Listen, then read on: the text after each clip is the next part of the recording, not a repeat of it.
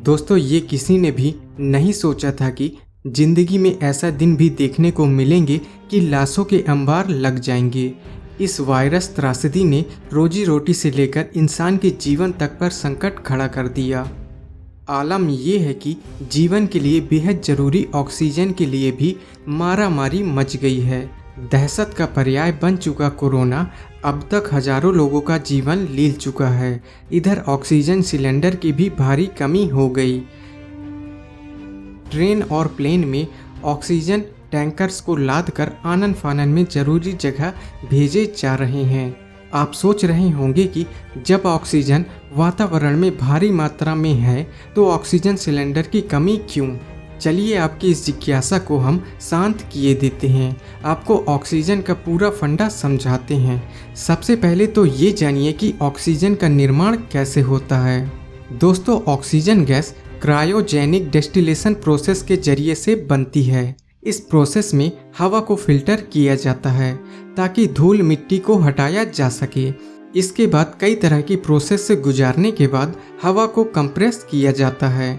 Compress हो चुकी हवा को फिर मॉलिक्यूलर छलनी एडजॉर्बर से ट्रीट किया जाता है। ये इसलिए किया जाता है ताकि हवा में मौजूद पानी के कण कार्बन डाइऑक्साइड और हाइड्रोकार्बन को अलग अलग किया जा सके। अब कंप्रेस हो चुकी हवा डेस्टिलेशन कॉलम में जाती है, जहां पर इसे ठंडा किया जाता है। यह process plate fin heat exchanger and expansion turbine के जरिए होती है। इस प्रोसेस के बाद ऑक्सीजन को 185 डिग्री सेंटीग्रेड तक गर्म किया जाता है, जिससे इसे डिस्टिल्ड किया जा सके। जान लें, डिस्टिल्ड की प्रोसेस में पानी को उबाला जाता है और उसकी भाप को कंडेंस करके कलेक्ट कर लिया जाता है। इस प्रोसेस को अलग अलग कंडीशन में कई बार दोहराया जाता है, जिसकी वजह से नाइट्रोजन, ऑक्सीजन और ऑर्गन जैसी गैसें अलग अलग हो जाती हैं। इस प्रोसेस के बाद ही हमें लिक्विड ऑक्सीजन और गैस ऑक्सीजन मिलती है। चलिए अब जानते हैं कि कौन सी कंपनियां बनाती हैं ऑक्सीजन।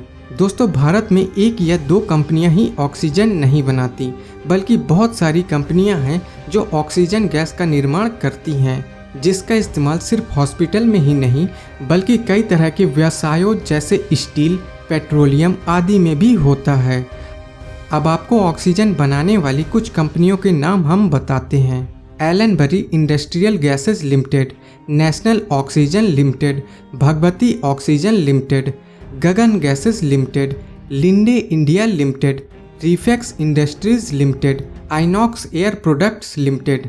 दोस्तों, आपको बता दें, बहुत सारी कंपनियां अब अस्पतालों को ऑक्सीजन की मदद पहुंचा रही हैं, जबकि सरकार ने ऑक्सीजन सिलेंडर की कमी को मद्देनज़र रखते हुए उद्योगों में इस्तेमाल होने वाली ऑक्सीजन पर बैन लगा दिया। गौरतलब है कि टाटा स्टील ने आगे बढ़कर 200 से 300 टन लिक्विड मेडिकल ऑक्सीजन रोजाना तमाम अस्पतालों और राज्य सरकारों को भेजना शुरू कर दिया। इसी तरह जिंदल स्टील की तरफ से राज्य सरकार को रोजाना करीब 185 टन ऑक्सीजन सप्लाई की जा रही है। साथ ही जिंदल स्टील छत्तीसगढ़ और उड़ीसा में भी 50 से 100 मीट्रिक टन ऑक्सीजन अस्पतालों को सप्लाई कर रही है, जबकि Arcelor Mittal Nippon steel 200 metric tonne तक लिक्विड ऑक्सीजन रोजाना अस्पतालों और राज्य सरकारों को दे रही है।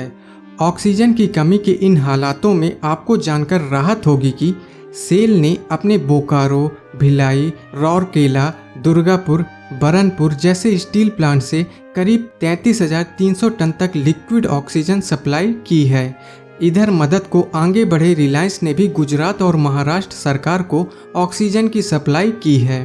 कुल मिलाकर हमारा कहना यही है कि अपने घर में हम आपस में कितना ही लड़ लें, पर जब बात देश की आती है तो हमारा तन मन धन सब इसी पे न्यौछावर होता है।